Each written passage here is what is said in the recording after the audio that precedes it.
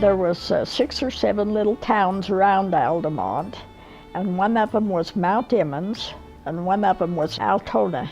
They asked everybody if they wanted to submit a name for this new town here, and so this one boy from Altamont put Mount Emmons and Altamont together and came up with Altamont. When those old people come in here to start out with, it was just all sagebrush and cedars and wild horses and jackrabbits, and that's about all there was here. And they went up into those high lakes with teams and horses and scrapers and built the dams on those lakes and stored the water so we'd have water to kind of go through the summer. And the canals that they built out of the river and up onto the flats.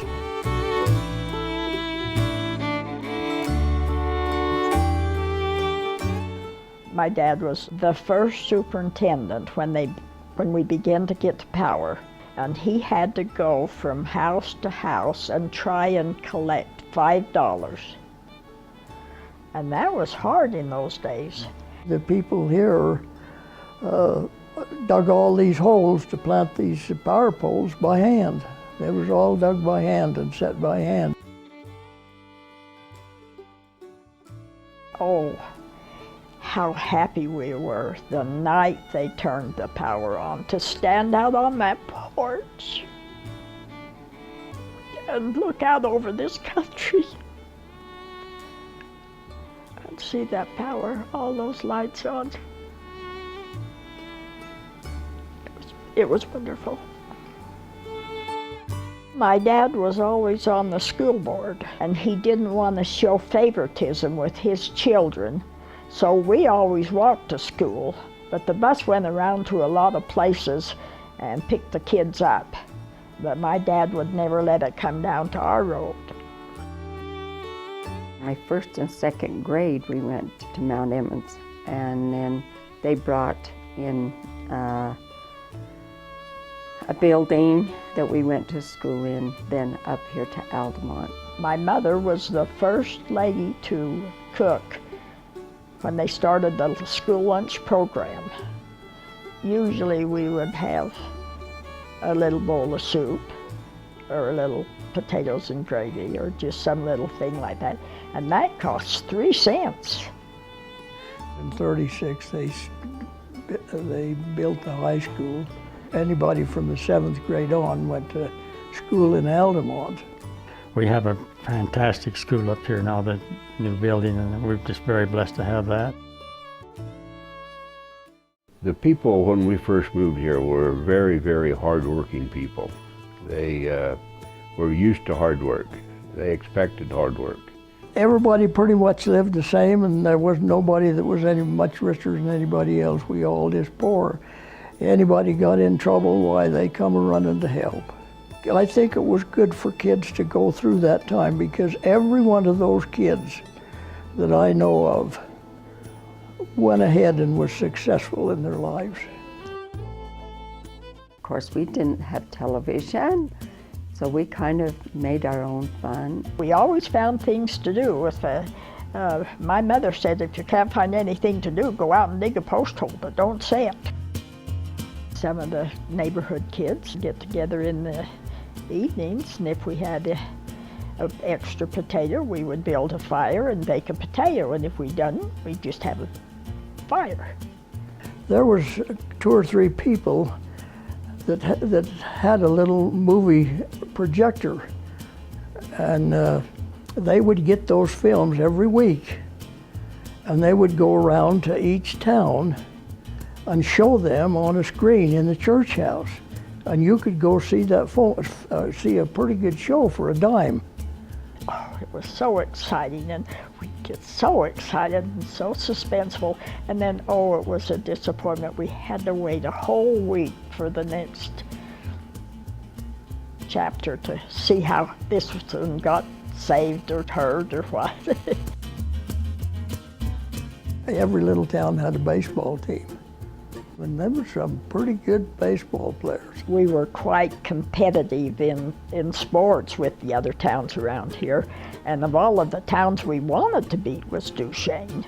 If we would get to one place to play a ball game and there was That team didn't happen to have enough people there to field a team. Well, we'd take some, if we had 2 or 3 extra, we'd put them on the other team and play. We just played a ball game.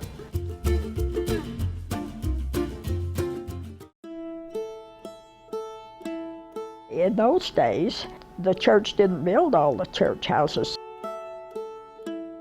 You built your own church house and you paid for it.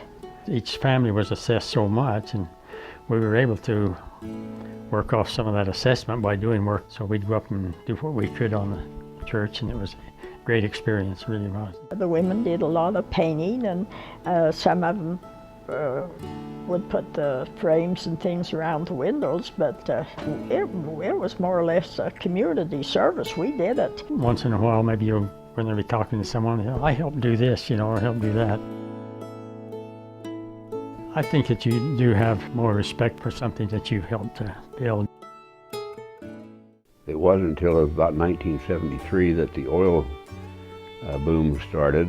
The first discovery well was about half a mile or so from the high school.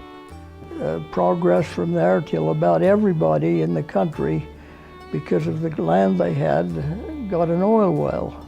For quite a few years, we pretty much stayed the same, and a lot of the young people had to leave the area to find employment. So since the oil development has come in, it's been so that more of the young people have been able to stay here.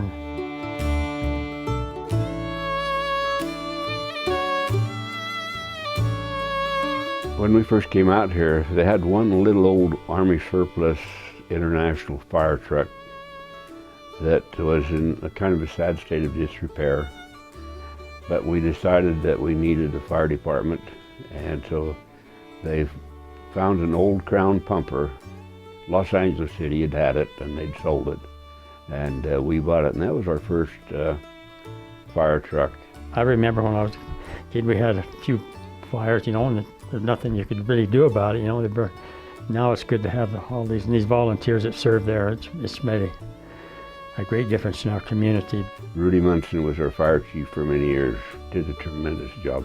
He also became our lead EMT, and I can proudly say our ambulance department had the fastest response time of any volunteer ambulance in the state of Utah. But those people did a tremendous service, and most of it was without pay. It was all just volunteered. We had one call for a man that was injured on a drilling rig about a mile from my house here. I went to the site, and they went into the office, the trailer that they had for an office at the location, and the man was still on the phone talking to the dispatcher.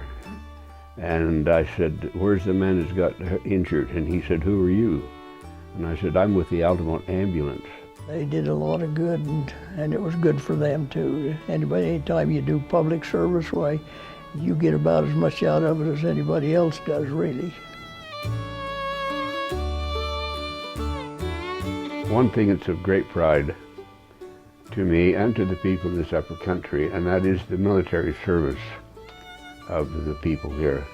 I remember in 1942, there was a lull over the country at that time. Everybody knew that everybody that was young enough was going to be drafted in the Army. When I got out of school, there was no jobs or nothing to do, so we joined the maritime service. And there was only 3 things that you could sign up for there. You could go in the engine room, you could go as a deckhand, or you could go as a cook and baker. When the war was over, we came into San Francisco, and I thought probably the happiest time of my life was when we come under the Golden Gate Bridge. And I knew I was coming home.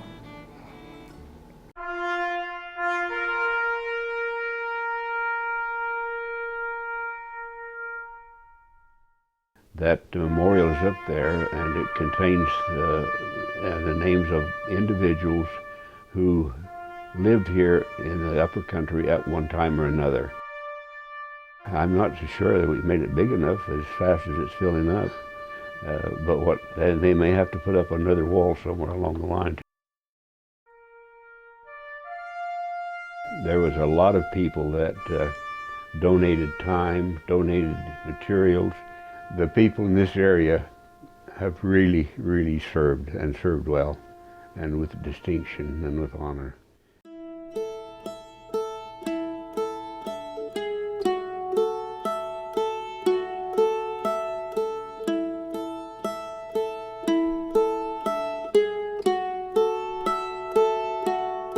Everything that was ever accomplished here that amounted to anything was a community effort.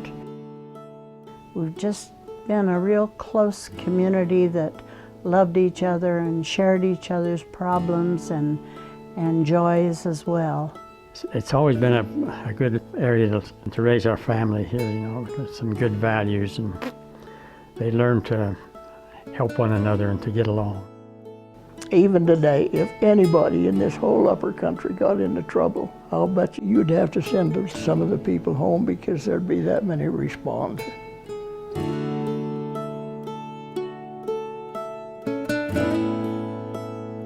When we first moved here, I told my husband, I'll stay for a year. Well, it was only a matter of 2 or 3 weeks, and the love of the people at the church and the community, and they just made us feel so welcome and wanted that I've never wanted to leave since.